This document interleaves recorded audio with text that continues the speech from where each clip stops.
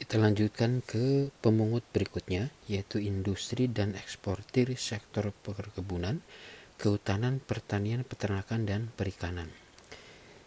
Mereka harus melakukan pemungutan pasal 22 apabila melakukan pembelian bahan-bahan yang belum melalui proses industri manufaktur untuk industri atau ekspor. Contoh dari industri eksportir sektor perkebunan, kehutanan, pertanian, peternakan, dan perikanan. Saya ambil contoh misalnya perikanan. Industri perikanan, misalnya pengalengan ikan, dia butuh bahan baku berupa ikan mentah. Ada nelayan yang kemudian memasok ikan mentah kepada industri perikanan tersebut. Ya.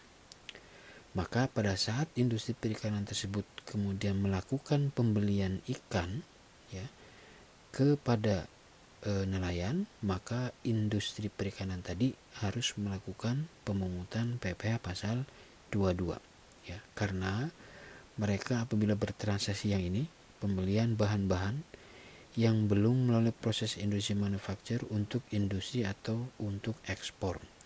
Ikan mentah berarti kan belum melalui proses industri manufaktur, dijual nelayan kepada industri perikanan, maka industri perikanan tadi harus memungut PPh pasal 22.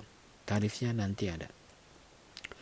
Yang berikutnya, industri atau badan usaha yang membeli komoditas 3 ini, tambang batubara, mineral logam, dan mineral bukan logam, mereka harus melakukan pemungutan pasal 22 apabila melakukan pembelian dari badan atau orang pribadi pemegang izin usaha pertambangan. Kemudian selanjutnya, badan usaha yang melakukan penjualan emas batangan di dalam negeri. Mereka harus melakukan pemungutan pasal 22 apabila melakukan penjualan emas batangan di dalam negeri.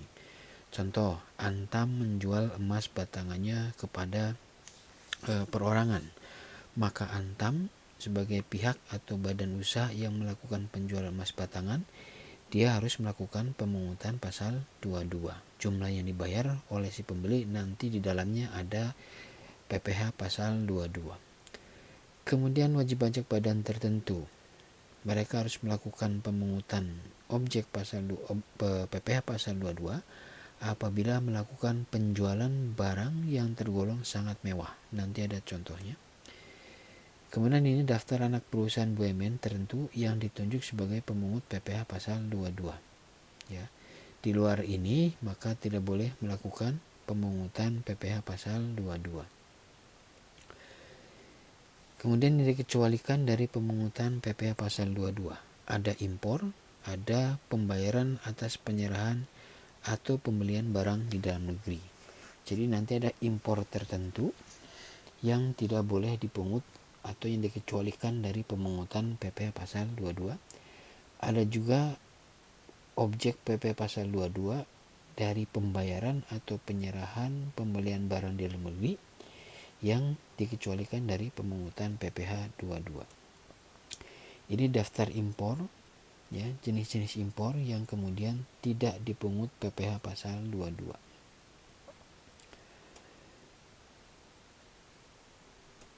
Yang ini pembayaran atas penyerahan atau pembelian barang yang dikecualikan dari pemungutan PPh pasal 22.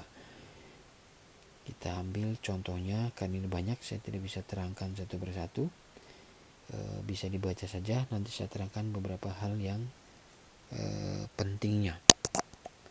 Nah, yang ini dikecualikan dari pemungutan PPh pasal 22 pembayaran yang dilakukan oleh pemungut pajak. Yang pertama bendaharawan, kemudian kedua BUMN dan anak perusahaan BUMN tertentu. Yang ketiga industri eksportir sektor kehutanan, perikanan, peternakan yang tadi itu. Kemudian industri atau badan usaha yang melakukan pembelian komoditas tambang batubara, mineral logam, dan bukan logam. Oke, nanti saya lanjutkan penjelasannya.